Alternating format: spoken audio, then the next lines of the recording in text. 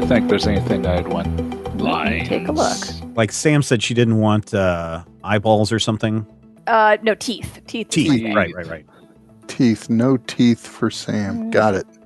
This will be a game with no bite. No bite whatsoever. I mean, like, you could have like zombies, and like I just don't have. If my teeth are falling out, I am unhappy. Yeah, I have that nightmare occasionally. Exactly. So make sure you brush them. Yeah, I also do. That's what goes with having that nightmare. Yeah. Okay. Well, so Sam will be the character that will cover up her zombie bite from the rest of us. To just I want to do this ahead of recording, so I think I mentioned this to you, Stephen. But I'm conscious of doing child endangerment when we did what do you call it, and afterwards it was like, Shadow of the Demon Lord. What the heck was wrong with me, right? So how are we for dismemberment and horrific things? You want to keep it like kind of PG-13, I mean, we try to want to make it as family friendly as possible. So for me, that means no, sexy times, graphic depictions of sex. I don't want that either. All right, and no foul language. Okay, but if you're talking about, like the zombie comes at you and his arm falls off and it's around your neck, that doesn't bother me. But if you're like, he hacks and cracks at your arm until all your sinews break and rest free from their joint, that might be a little bit too much. Yeah, I don't have that kind of energy. So, okay. Yeah. All right. Well, there's maybe nothing else we need to talk about.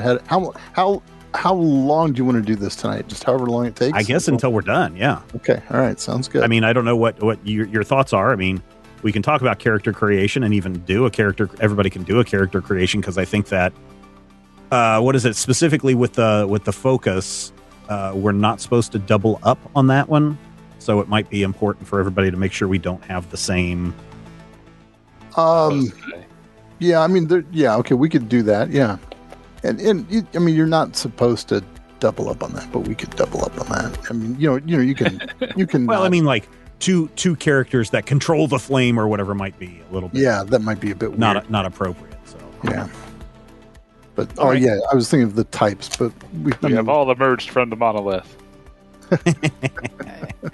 Holding hands. Read this. Yeah. This is like super sick art.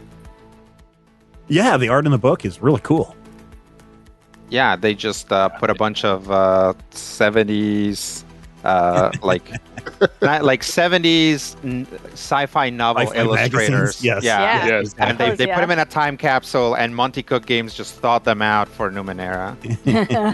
Yeah, when you said that, I was like, yeah, that's exactly the moon is a harsh mistress, or yeah, how the definitely. spaceship will travel. Well, I mean, even like Why if you look at the got a cover, big head? if you look at the cover of like Do Androids Dream of Electric Sheep, like some of the covers, it's like, this is not what this book is like. Right. No. Looks like a Yes album. Yeah. Yes called and Boston called. They'd like their art back.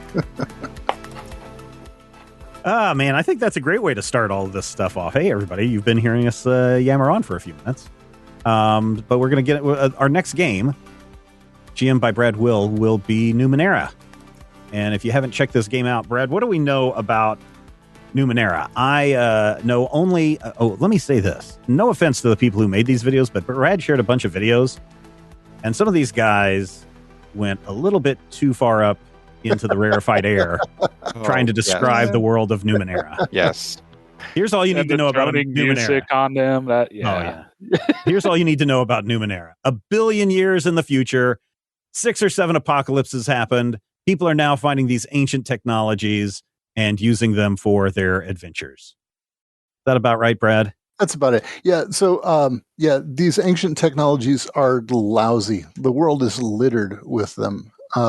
That is one of the more bizarre conceits of this game. That even the very ground itself is covered in drit.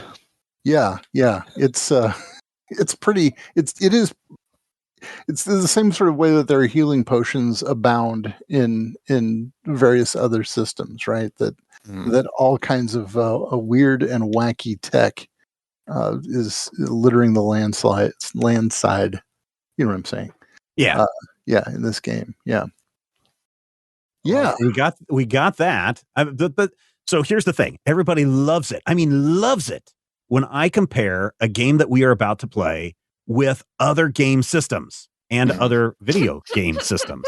I mean, they Like our love it. I thing. get Yeah. In this case, so there many is straight emails. up a video game, like a Numenera Yeah. game. Oh, is there a straight up video game? Oh, yeah. Yeah. Well, this is exactly like that. No, I was going to say, when I'm looking at the character and how you build your characters and looking at the character sheets themselves and looking at some of the simple mechanics, not the in-depth stuff. And I know a lot of people are go, these two are not anything alike, but this really felt a lot like when we did Shadow of the Demon Lord, because you got a very simple character sheet, a very simple set of stats, and you're picking, one of, I think it was 4 or 5 character types. And so it kind of felt like that when I was looking at character creation. Yeah, it's very much like that. Well, and it's very much like that in response to that old school D&D thing where you roll up some stats, and then depending upon what you rolled good fighter stats. I'm talking old school D&D, right? You rolled good fighter Yeah, stats. 3.5 edition. Yeah, that's not how old I am. No, yeah.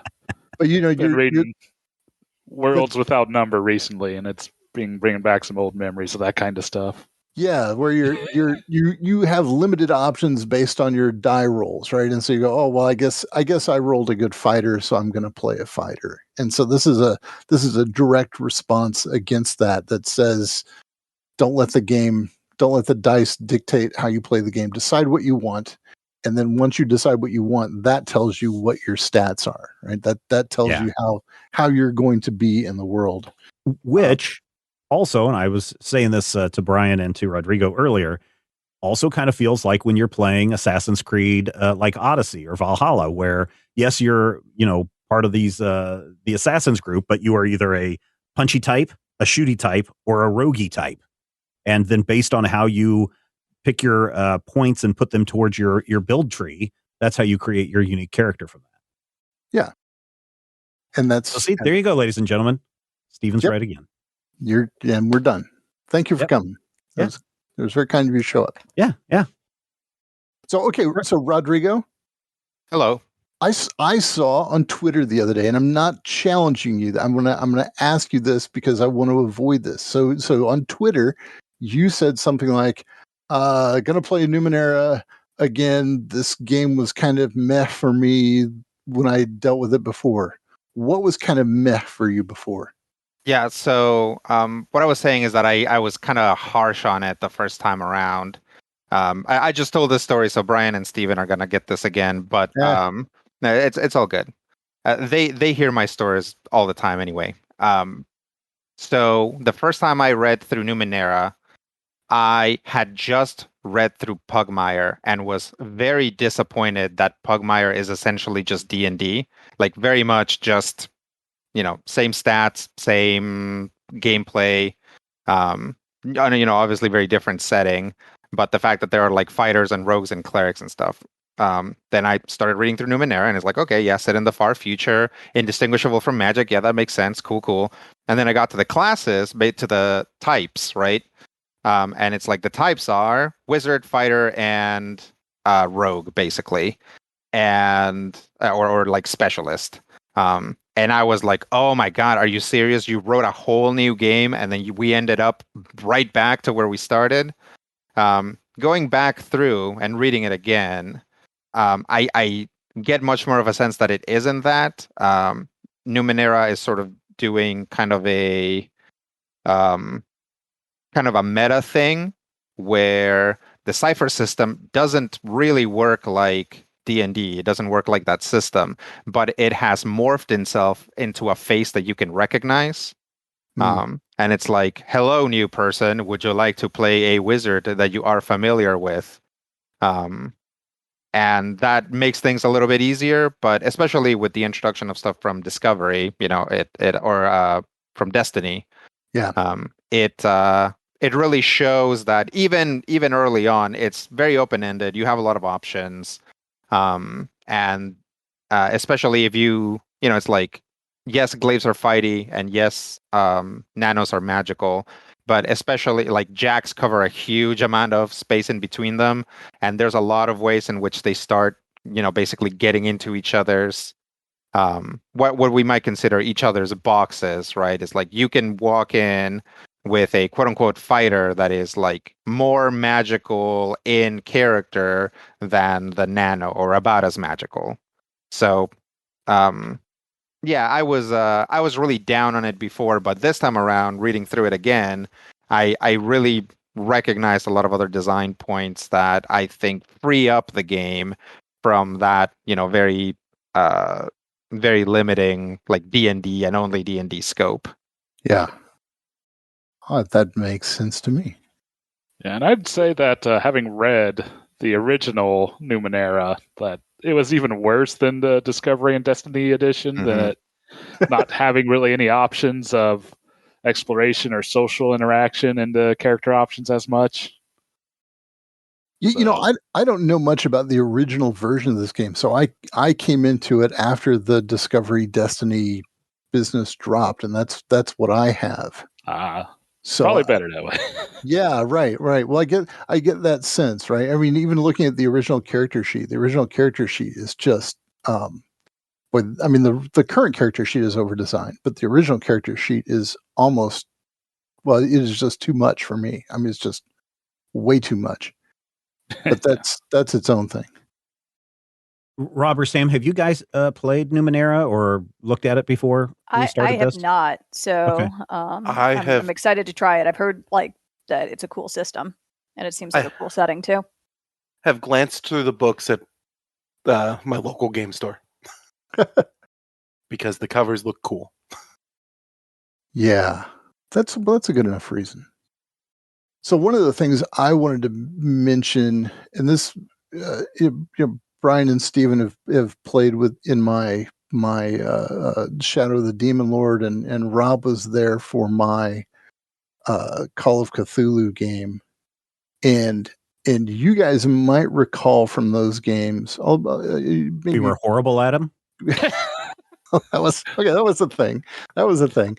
But that like in Call of Cthulhu, I had my bad guys kind of main action points pretty well plotted out, right? I knew what the bad guys were going to do. I just didn't know what you were going to do to mix up the bad guys, right? Mm-hmm. And in Shadow of the Demon Lord, I had that was plotted out pretty thoroughly right from day one. So just so everybody's clear, that is not what I'm doing with this game. And I don't think so. We can't screw you over at the last. You cannot. At the last. Okay. Yeah, I don't know. We didn't really screw him over the first time. Well, in the Shadow of the Demon Lord, Brad set up this magnificent encounter with this room. I shouldn't spoil it because people will be coming up on it here in a short while on the main feed. So, but let's just say that Robin was playing with us, and she's like, "Oh, I've got this power. Okay, I'll do this," and so totally went around Brad's epic encounter that he had set up. And you can just see Brad's face just go. I was deflated. I was totally deflated. But afterward, it made for a good storytelling moment. So that was I was happy with that. So Brad's flying by the seat of his pants. That's good. Yeah. Well, I've got a thing here. But so this is the other thing I wanted to talk about a little bit. So one of the so there's Discovery and there's Destiny. Discovery is kind of the main core book, and Destiny is kind of the secondary system that has 3 more types in it. And Destiny is all about kind of community creation and community engagement. And that was not something I was really thinking about doing with you all. But are you talking about like Vampire the Masquerade type community building type stuff? Like that whole influence on the world, or no, like you have a town. And you're in charge of your little town. And what kind of buildings do you have in your little town? Funny. And so there's like a community, so like kingdom building stuff. Yeah, kind of. So there's little bits of minutia for Rob to deep dive into. Yeah, but he was just saying he doesn't want to do it. Well, no, I was thinking, well, maybe we. And then the more I thought about it, the more I thought, well, I don't know, this might be the kind of stuff you guys might dig. So if we do that, I mean, that wouldn't be a big pivot for me. if that's the kind of thing that you guys might feel like you're into. So we haven't done. I don't know where you guys are at with character creation. I'm assuming not very far. Or you haven't at all. I've picked a name, and that's dependent on what kind of character type everyone chooses. So Okay, so in the Destiny book, there are 3 other basic types. One of them is kind of a community leader, and over the course of leveling up, the other thing is I don't think we're kind of in this for the long haul on this story. no, this is a short game. Yeah, and so those other the Destiny. This is the real reason for not doing Destiny is because that maybe is designed for a long scale campaign where you take your tiny community and your little followers and you build it up into a big thing. It's almost like like Civilization. Yeah, or maybe kind of like what very late game AD&D was like, where you get you got to keep and you develop your keep and you get your followers and stuff. You took the leadership feat. Yeah, so I'm not trying to push you guys down that path at all, but I am saying like if that is something that, maybe if we're going to do a very sort of short-term story here, that may be really not a direction that we want to go in. Maybe we just want to stick with kind of the adventure exploration thing that is Discovery. Makes sense to me. That's by the way why I'm not scripting a lot of this in advance, because Discovery really is mostly about exploring things, right? Getting into the world and finding new stuff. In fact, that's one of the key ways that characters gain experience points. Well, it's a way that characters gain experience points. Not so much from killing guys, but from finding things and achieving things. So I was threw that out there.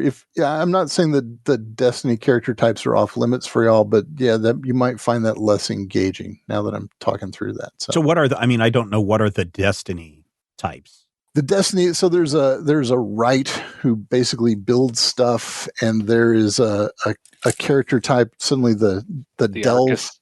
Yeah, the Delve is. Yeah, the Delve digs in, kind of like the Delve character reminds me of Rey at the very beginning of Force Awakens, right? So that a scavenger. Yeah, that's good. Yeah, their job is to kind of go and find pieces of Numenera and then maybe give them to the Wright, and then the Wright then assembles them into cool stuff. And then there's the Arcus, who is kind of the leader, and the Arcus basically collects follower NPCs. I mean, that's the most. Oh, I see. Yeah, so that's kind of the long term, and then all of the characters work together to create this community. So either you build a community from nothing, or you foster a small community and become. So if somebody wanted to play one of these types, you'd be okay with it, even if we didn't go with the whole. But I think he's saying it would probably be suboptimal since a lot of their abilities are tied to that. Yeah, well, that's what I was wondering about the Delve, because how tied. I mean, if a Delve is just going out and scavenging for stuff and bringing it back to like the Nano, would that not be the same thing? I would say that the Delve is actually uniquely out of the Destiny classes, the one that fits the best into a discovery framework, like into a going out and adventuring framework. Yeah. Whereas the Arcus and the Wright really probably struggle a lot more, because you need to like go back home and like restock on like helpers, or like have like a shop where you can like build things. Yeah. Yeah. So those two specifically center on this home base, kind of that home base kind of idea. So you're always coming back home, or your adventures center on things happening at home, whether it's, strange mutants attacking or whatever that might happen to be. What else do I need to tell you guys about this, or ask you guys about this? Has anybody actually thought about what you were thinking of doing as a character? Nope. I mean, I have. Oh yeah. I'm vaguely considering Jack, but I'm also open to other things. Yeah, okay. I am looking at a Jack as well. More of I'm picturing it as a Alan Quatermain, Indiana Jones type character, which is why when you said Delve, I was like, well, that sounds more like what I'm looking at. Jax could do that. Tomb Raider type. Yeah, so that's why I was asking if delve was something you would consider or allow. Yeah, I would allow it, but the Jack might be more kind of the adventure-y thing. Yeah. Given what you're talking about. Okay, but I mean, if we need a fighter, I can totally be a glaive. I don't mind being a glaive because I love pulling out a big giant sword and Final Fantasying up some bad guys. Yeah, I was thinking not glaive because it's pretty similar to what I'm going to be playing back again next with Vangi. Yeah, so. yeah. Fair. I have 3 partially fleshed out concepts that I could move on. Brilliant. Well, that is excessive. I know. There ain't no kill like overkill, Brad. That's right. My golly. What are they? So the first one is an intimidating glaive who needs no weapons. And basically, I see this guy as a person who, instead of arms, has enormous crab pincers. And maybe has Hilarious. a pair of secondary smaller pincers that he uses to like eat and handle smaller objects. I guess I see him as coming from a community that is very happy with the fact that the local Numenera like turns them into basically arthropod monsters. And so he's actually out in the world, both representing his community and doing good works, because not everybody is as lucky as they are to be, transformed into horrifying aberrations. That's brilliant. Yep. I also have a curious Jack who sees beyond. So the idea here is that he comes from like kind of the opposite place, where like a very like backwards, isolated area. He had like sorry, my friends are blowing up my phone. I really apologize for that.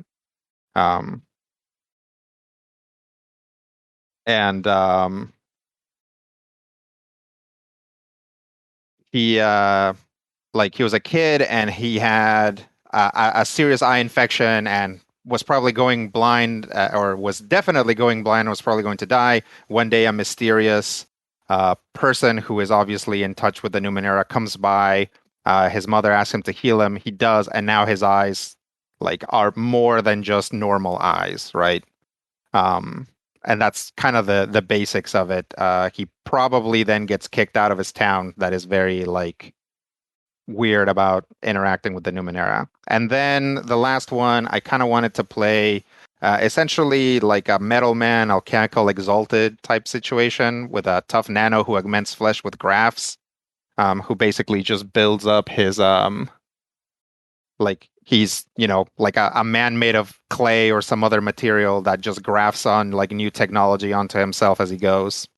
And he's either trying to get back home or running away from home, depending on which direction the campaign is going.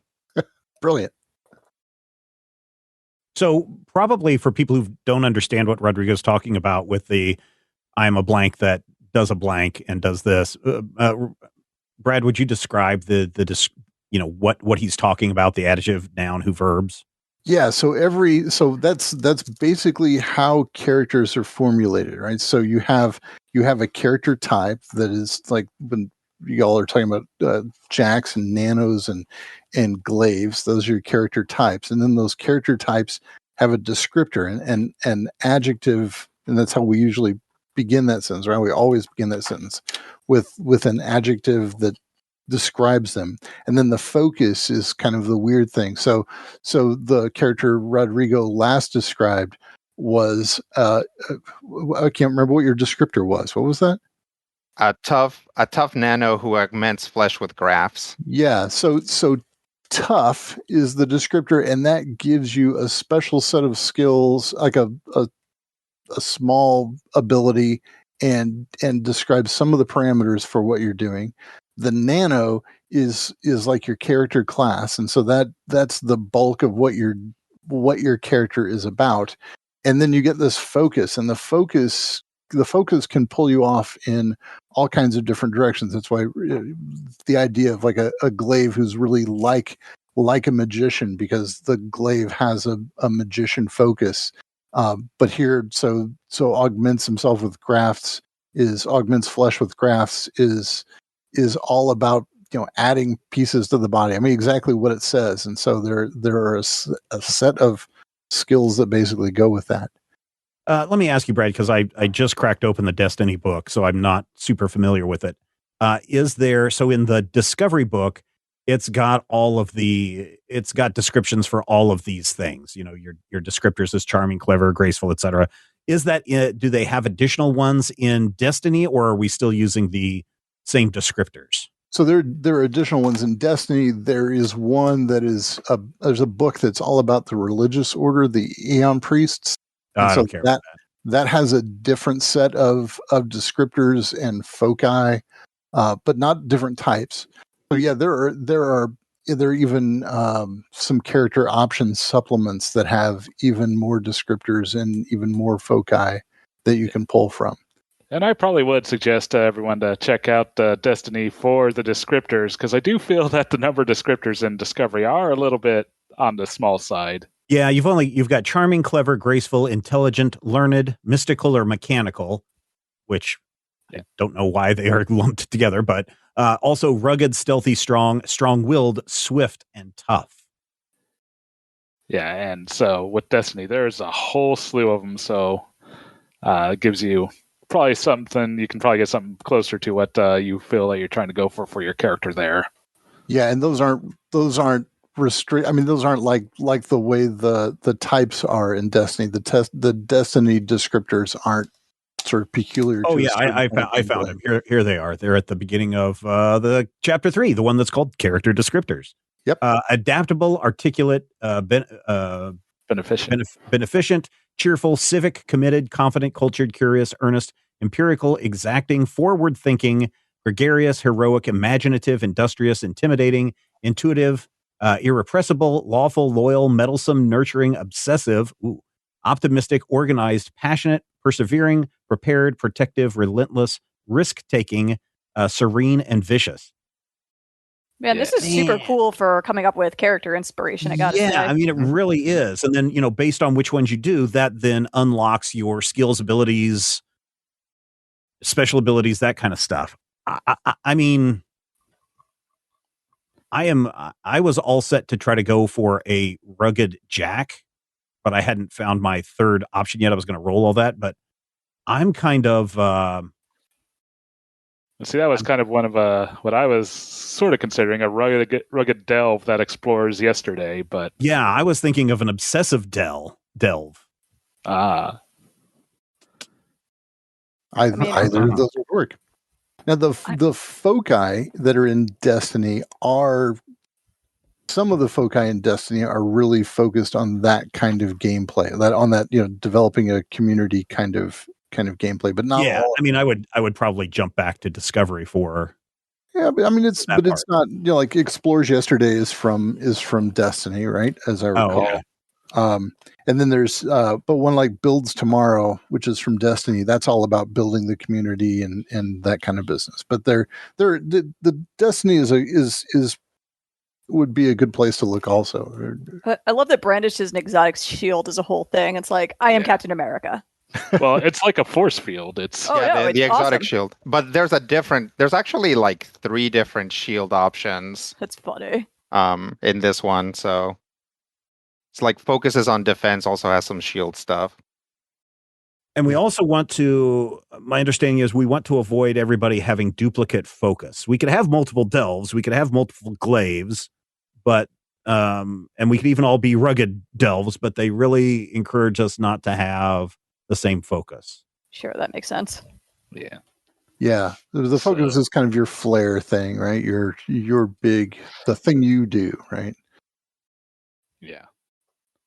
It's good to ask here, Brad. So even if we don't have like a home community, do you foresee there being a lot of room for social interaction? I think we can make that. So I will tell you how I envision the start of this thing, and then where it goes from there is a little open. I was imagining starting far into the kind of wilderness beyond the beyond. So one of the things in Numenera is they've got a fairly well fleshed out civilized area. and then they've got the beyond, which is beyond that and it less civilized area. I was thinking of setting this beyond the beyond, so in some very distant area, but in a community that already exists and is thriving and doing well. And then having an exigence for the group to leave that community and go off exploring a thing, right? To solve a problem by leaving town and figuring out what's going on way off over there. So that's kind of the beginning bit of this. Now after that, we can talk about it. So there's not in that case. So we're not talking about kind of an urban adventure that I'm thinking of. I'm thinking of more of a out in the wilderness and kind of a Bilbo Baggins adventuring along the road and going off out there in the dark I'm forest. going on a journey. I'm late. Yeah. But that's just kind of the first part of this. So, I really do want to be open to where you all want to take this story. So it sounds like, Brian, you already had a delve picked out with all your aspects. Not so much. I was just okay. One of the things I was considering. As also kind of maybe thinking some kind of glaive that breaks down walls. Yeah, I don't know. There's all sorts of options. I was just kind of waiting to see where we settled on. And then there's Rob. What are you thinking, Rob? I would. Rob's thinking of a crunchy cruncher who crunches. Yeah. Now, I would point out, Rob, that there is the focus of controls beasts. Yeah, I was just looking at that because it kind of screams Rob. If you play a Jack who controls beasts, you can walk into game with 2 pets. Yep. All right, I'm in. All right, so we've got a Jack who controls 2 beasts, so that one's done. Sam, what about you? What are you kind of thinking? I don't know. Okay. There's so many options, and so many of them sound very appealing. Brian, if you want to run a delve, I'm perfectly okay with doing a glaive. I can do a glaive. I could go either way. Someone's going to have to double up, right? Because we're probably not going to play any of the. So there's only 4 types, and there's. Yeah. Well, see, that's kind of why I was asking about the social interaction. If we could make an Arcus work, even if we weren't doing. Well, I wouldn't worry. No, I mean, look, you can double up types. That's not a problem, especially if you're doubling up on jacks. But it's because you can go in all kinds of different directions. I wouldn't worry about doubling up on types. I don't think people will be stepping on each other with that. Well, and the other thing is that you'd hope that there would be some social interaction anyway, because some abilities are actually capped by the fact that they make you stupider. Yeah, that was the problem with my guy at Shadow the Demon Lord. Man, he was dumb. Yeah, some options are like, oh, you're really good at this, but no good wordies come out when you talks to the peeps. Yeah. So, yeah, I don't know. I'd want to be the face of the party. That's kind of playing against my type, but I was considering. Yeah, that sounds fun, though. I mean, I was the Arcus? You were wanting to do the Arcus? Again, it was just one. There's a lot of Jack things that do that. Yeah, you can play a Jack who talks to machines, and then you can be the face for the machines as well. I wonder if, and maybe Brian or Brad, you know this, when they went from Destiny or Discovery to Destiny, which I'm guessing is the second module, you think that they just looked at the Jack and said, these are too many options, let's break these out into their own classes? Oh, no. Destiny is almost like adding a different kind of gameplay to this. Oh, okay. Yeah. All right. Yeah. I mean, I could go with I could go with a strong glaive who absorbs energy. Ooh. Or never says die. I really would, I could pick any of those. Yeah, I'm vaguely considering an adaptable Jack and going for the super lucky version and basically being a shonen anime character. I haven't really come up with the best other one for that, but And you all don't need to. I mean, for my sake, I don't think anybody needs to lock themselves in here tonight, as far as I'm concerned. that's fair. Yeah. Well, I just want to make sure we don't double up on our focus. I guess that would be the main thing that I would. Yeah, I think there's a million foci. So, and we should probably have unnano. So if other people want to play Jax, I could also go there. I think I'm probably not up for glaive at this point. But I nobody's really expressed a preference for nano, so I can lock into nano. I've got a nano ready to go. If that's what we got. Then I will go with a strong glaive who I'm going to look at these foci, but I'm leaning towards absorbs energy, but I could also do needs no weapons. Ooh. I think I'm going to go with needs no weapons. Yeah. You do strong love glaive. monks. Strong glaive. And that's why I made 3 characters, because my pitch of an intimidating glaive who needs no weapons, I'm like, I'm gonna run up against Steven's karate guy that's coming. Oh yeah. Did you have the needs no weapons? I can change that. No. He's gonna play the nano that sees beyond. Okay. No, that augments with graphs. So augments with graphs, right? I'm just gonna go stick myself with whatever we kill. Sweet. What is Thunders? Let me look and see what Thunders is. So and like Stephen, that strong glaive, right, is a really strong to type, stereotypical, right? Yeah. I imagine this being Conan the Barbarian, but with a kilt. Oh wow! Well, a kilt then. Yeah. All right. Never mind. Yeah, I'm thinking adaptable Jack that moves like a cat. That sounds pretty cool. Yeah. Now, as long as Rob doesn't think, that you're his cat. Too bad. Look, if Rob thinks I'm his cat and gives me food and a comfy place to sleep. Okay. All right. Yeah. And if Rob has a cat, then we've got 2 Jacks, a nano, a glaive. Who are we missing? Brian. Oh, okay. Well, Brian, you were talking about a delve, right? I was considering a delve. Middlesome delve. That sounds fun. Or you could be a charming delve and be Indiana Jones. Just explores dark places. Yeah, I could do that. Yep. Yeah, there's a Tomb Raider. There's definitely you can definitely find the character options that's like a nano that nanos. Yeah. And there's definitely a delve that delves. Yeah, and what I was going to say, Stephen, about being a glaive is if you could be a glaive and still be kind of that Alan Quartermain kind of a glaive. You know what I'm saying? Like who hunts. Yeah, by playing around with maybe counterintuitive foci and counterintuitive descriptor, you can go in a weird broad range of things. I don't mind smashing things. Okay. All right. Well, then smash things. Maybe this is an opportunity for Brian and I to have already been teamed because Brian's the one that gets into places and I'm the one that protects him. I don't know.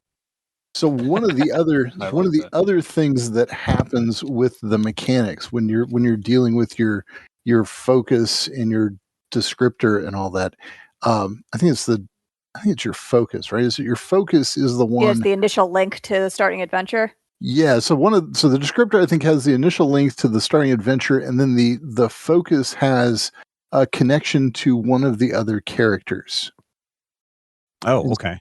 And so that's a place where you can establish that, and you may or may not want to discuss that with the other character you're linking yourself to. You don't really need to. You know what I'm saying? Like you can just go, oh, this will be a good one. And as people are describing their characters, I'll figure out which one I want to do my stuff with. Right.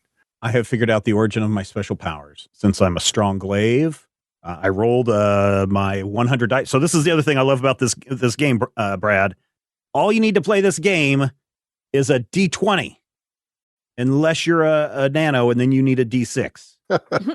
So you only need 2 dice. So originally it was only 1 die. Now it's only 2 die, unless you have to have special rolls like your Origin of Special Powers, which requires a D100.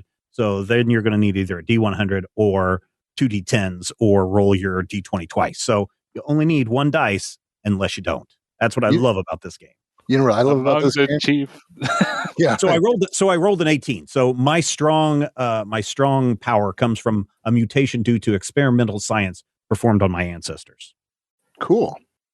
So that was an actual roll that actually tied into the backstory, unlike another character where I just relied on dice to figure out how my character works. So where is that chart?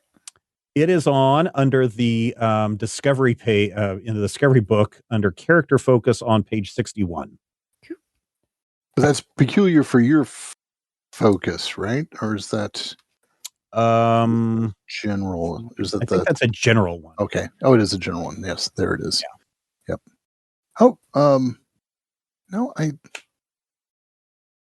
I think that is peculiar to the commands mental. Oh, really? Thing. Yeah, yeah. Well, that sucks. All right. Well, never mind. Yeah. Not everybody has mental powers, and that's So that's not a general thing. That's specifically. All right, so I have to you can still, Steven, that can still be your story. You can. You're not. Yeah, that seems totally valid. Yeah, you can still do that as your story. We're not going to take that away from you. You were so happy with it for a minute there.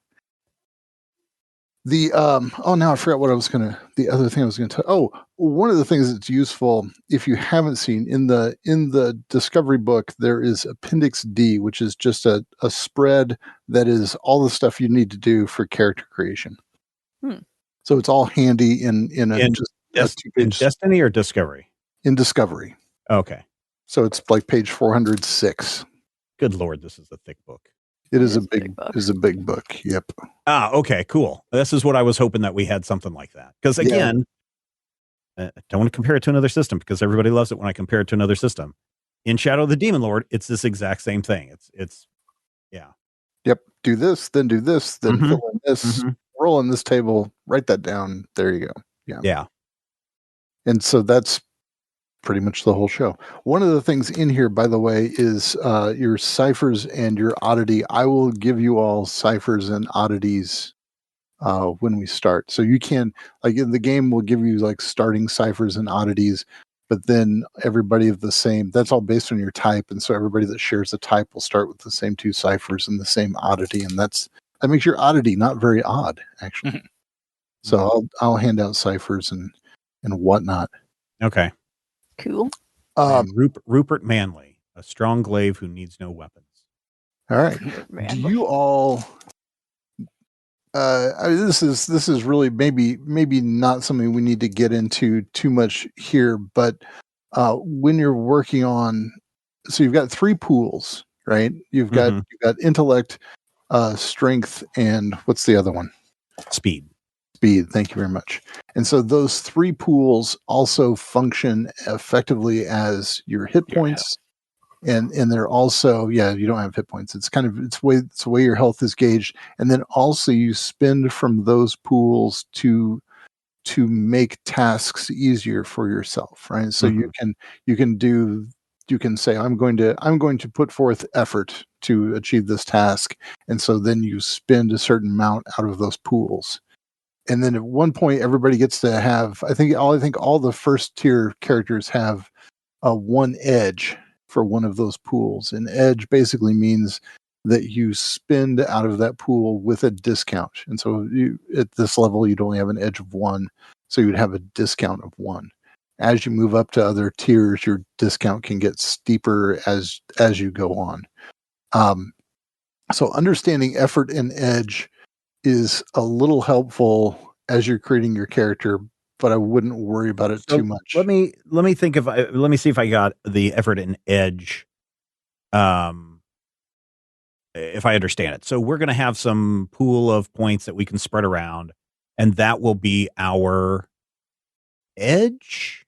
That's your health. Okay. That's our health. Okay.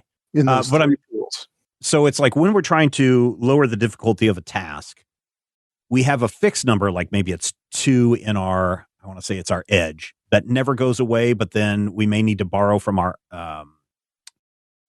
pool of other points to bring that down even lower. And then that one can't be depleted unless we have a long rest or something that refills up that number. Yeah. So let's say your character is trying to lift up something really heavy, right? Yeah.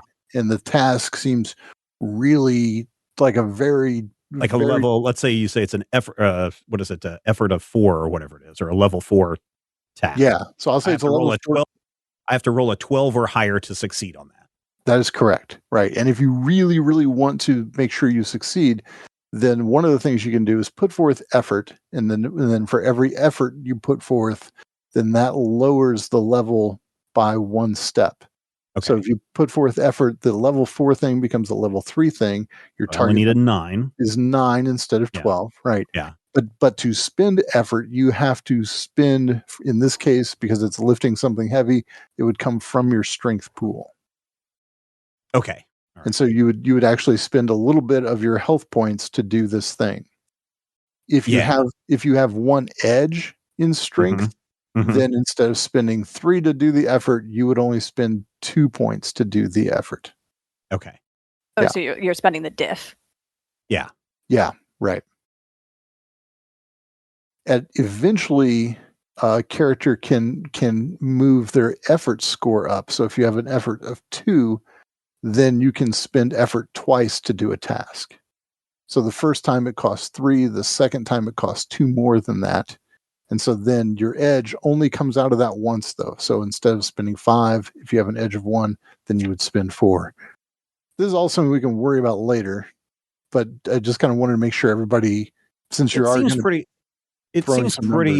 it is pretty easy, but the numbers are not, I mean, honestly, the numbers are not that hard. If you know what your target is, if you say it's a level 4 thing, you just multiply that times 3 and that tells you what you have to hit on your dice. And then you can decide whether to spend from your edge or your pool to bring that down. And hopefully you can bring it down and still have enough points left over to where you are not, tapping out on those areas, and you could bring it down to a level 0 for an instant success. And you can do things like using your ciphers or your special abilities also to bring those levels down. Am I right? Yep. Well, ciphers tend to give you kind of like a weird one-off crazy power, right? Yeah, like I'm going to take this quick strength potion. Yeah, yeah. Another thing you can do, and this keys to your type. So in your type, there are specific forms of what they call player intrusions. So you can spend an experience point to change a certain circumstance. And so that's one of the things you can do to control whenever you're trying to take an action. You can say, okay, I'm going to have a player intrusion that says, one of the examples they have is so you're trying to pick a lock, and you can say, oh, I'm gonna do a player intrusion that says that I actually used to study under the exact craftsman who made this lock. Therefore, I specifically understand how this lock works, so I should get the difficulty level reduced by 1. And so you use your player intrusion to do something like that. So like introducing a fact or. Yeah, exactly. Yeah. I'm trying to think of what else I need to tell you that might matter for or for character creation. And I don't think there's anything else in there that's really kind of particularly confusing or weird. The leveling up system is complicated. So there are 5 things you can do. You pick 4 of them and you basically level up. So you spend 2 experience points to do one, you spend 2 experience points to do another. And once you've done that 4 times, then you level up to the next tier for your type. And that opens up a new set of skills. So if you're a nano, you get a new spell and that kind of business. Do you still have access to all your old stuff too? Sure. Yeah. Okay. So what is our average? What is the average? Is 10 average for like strength or speed or intellect or anything like that? Is that the midpoint? Yeah. So the jacks all start with like, even distribution in all 3 pools. And I think it's 10 as I recall. Yeah.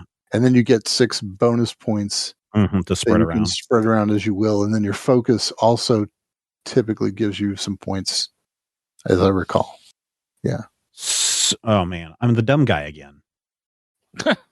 My intellect as a glaive is only 7. There you go. Okay, so let's just do a thing here. I get 6 additional points to divide among your stats. So let's say I put 3 in intellect in my pool. Okay. If I do something that requires an intellect check,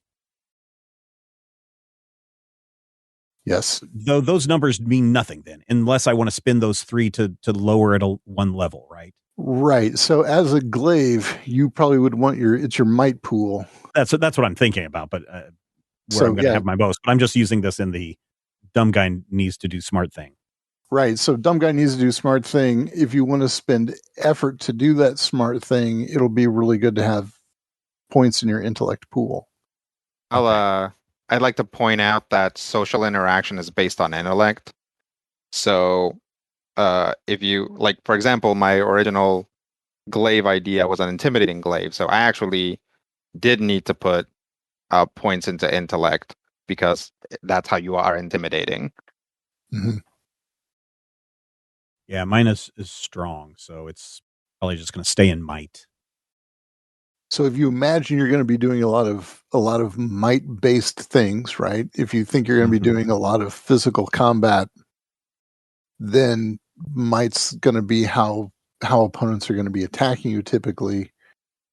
So you're going to want a pretty significant might pool. If you're going to be spending effort on attacks, if you're going to be spending effort on might-oriented things, then that's where you want to have that pool be high, and you can afford to lay off of it.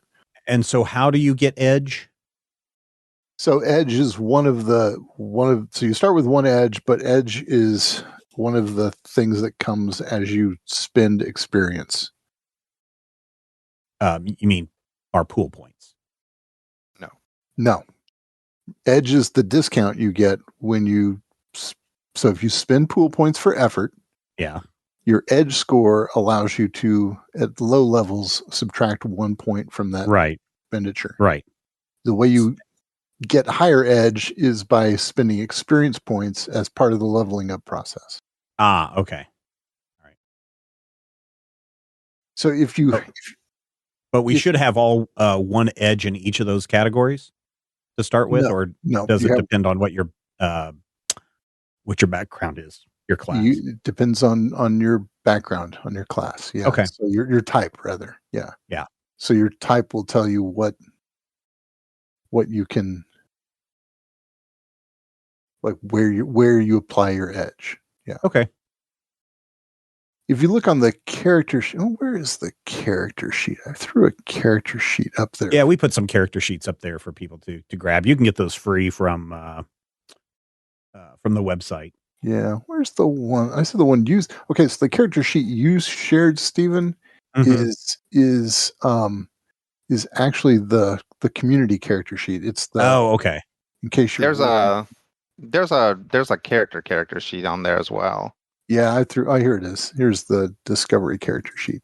So I was going to reference the back page of the discovery character sheet has a little shield shape.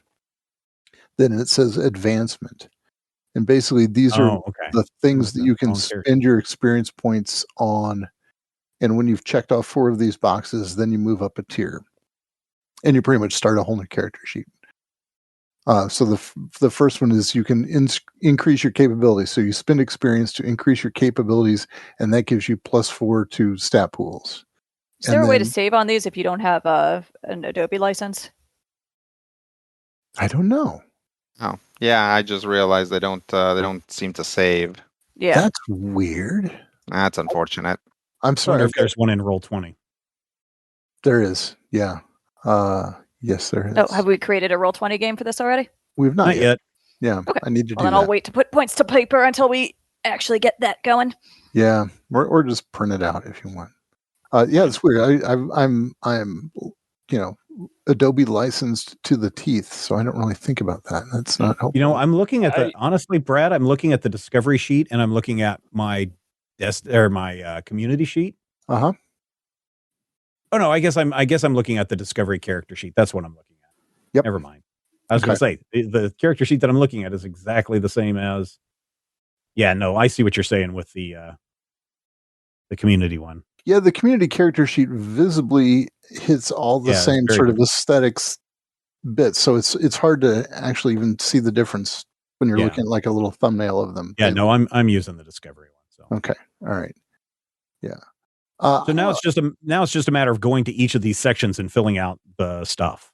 Yeah, and doing the give yourself equipment and give yourself all this, and you guys can take care of that. We don't need to. I mean, I don't need to kind of oversee that. Is there any other questions you guys have about this? Yeah, I mean, would you mind between games if I put this in Roll20, taking a look to make sure I didn't miss anything or mess anything up? That would be a good idea. Yeah, or if you could, I don't know if you want to. I was going to say email me stuff, but you won't be able to save it to email it to me. So never mind. Yeah, we can do that. We just got to set up the Roll20 space. Cool. Now, I use Foxit PDF Reader, and it does let you save. And Same. I was just testing that out. And sorry, what's the name of the PDF reader? Foxit. Okay, I'll try that. And then I don't know if I was recording at the time, but Brad, you also sent around the what is that sheet? The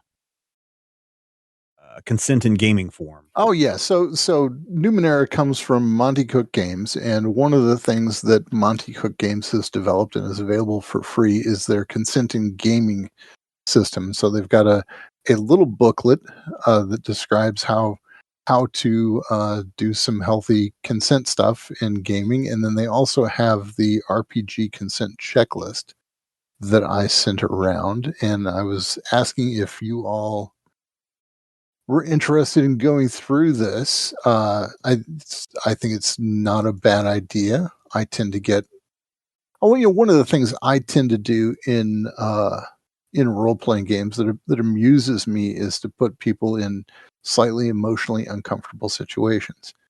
But then that word slightly, what seems like a slightly emotionally uncomfortable situation to me might be a deeply emotionally uncomfortable situation for somebody else.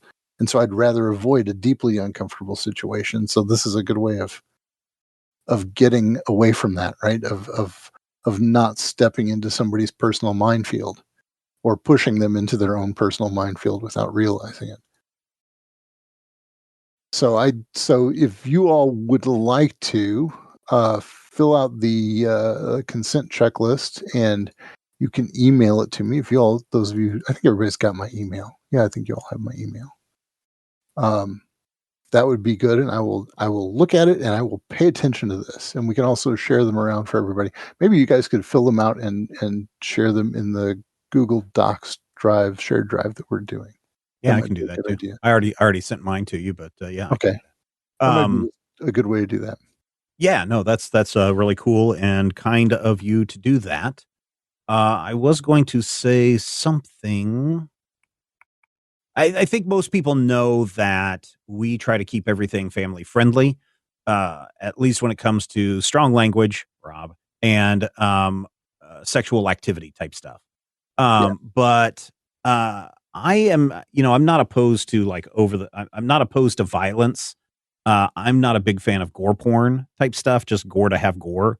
But, if you have to rip somebody's arm off, I don't think that's too graphic. Okay. Good.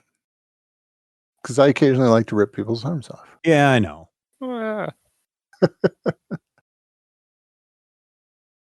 So yeah, so this has categories like what kind of horror elements, and so you code these as green, yellow, or red.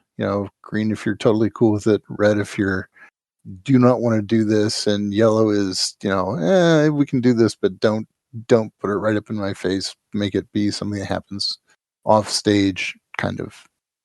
And so there are a bunch of categories here in this RPG consent checklist that are really useful things to negotiate ahead of time. So one of the other things that I was really surprised at is, and there are some people that may not care for this part of the game where we you wasted a whole week just talking about the game, and we heard you build a little character. But I've also got a lot of really positive feedback from people that really enjoy, like when we did Brian's most recent game, where we were doing some character creation, and then by the time we came back the next week, people were like, wow, these characters seem really developed, and everybody, seems to have their character more thought out than they did after the character creation sheet. And a lot of people were like, well, how many days was it between games? And I think it's most of the time it's about a week. So from the time you hear this, dear listener, it'll be 6 days before we sit down again to play. And that'll give us a chance to fill out our sheets, think more about our characters, figure out how we're going to control our animal friends and sick them on other people. Those kinds of things. So, I think you will see, kind of a little spark of characters, except for maybe Rodrigo, who's almost fully formed. You see the spark of characters here, and then come back next week when they're fully clothed and assembled, and see how they interact in this world 1 billion years in the future. Yeah. I have to wear clothes. I mean, I guess you don't have to, although remember I said I'm not into the whole explicit nakedness and sexiness and stuff.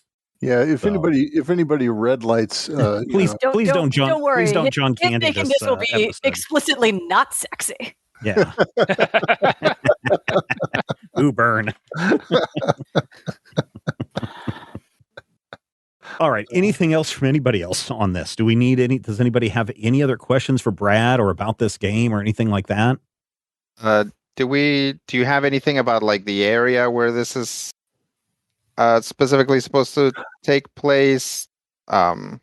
So imagine the northernmost north of any of the Numenera maps. So there's a region called the Spirit Lands. You're gonna be north of the Spirit Lands. So is north of the north is are we assuming that we're all northern hemispheres? Is that a cold region, or is the north of the north more like a equator region? Yeah, so more of a kind of an equator region. So the Numenera world map is basically there's this one continent, right? And that continent has had its southwestern quadrants pretty thoroughly and deeply mapped. And that's it.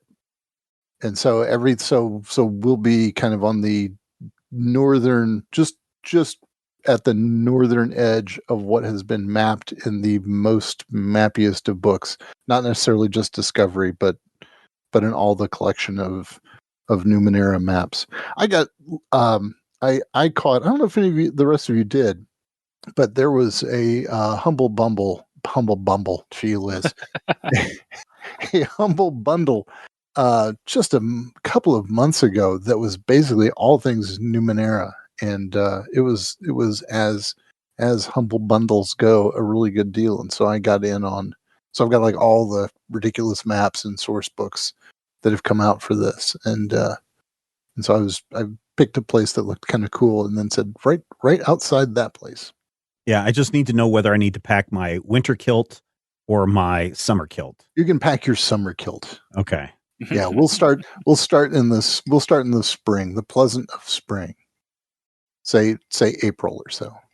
So let me ask you this: in Shadow of the Demon Lord, it was everything is trying to kill us. Is that the way the world of Numenera is? Is everything trying to kill us? Only the things that are trying to kill you will be trying to kill you. Okay. Right. Everything is weird and might want to kill you.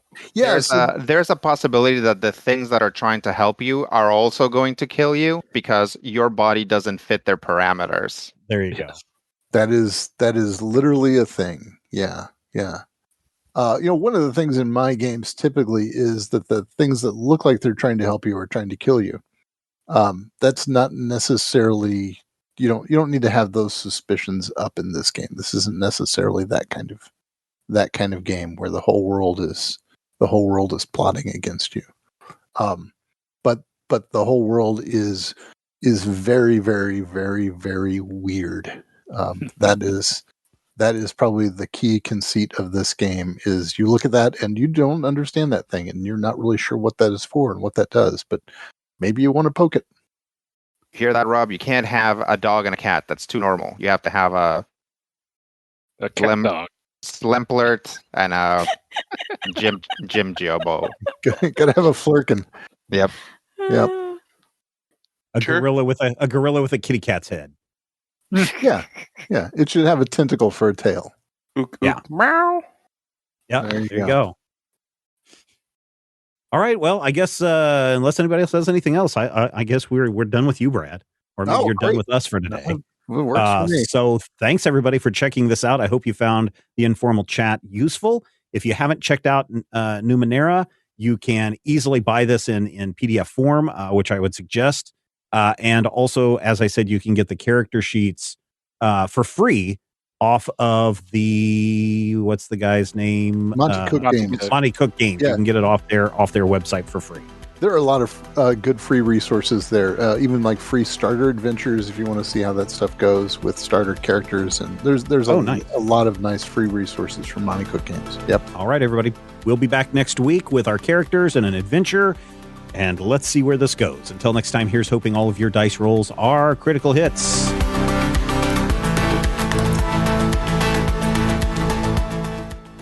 This podcast is copyright 2022 by Major Spoilers Entertainment, LLC.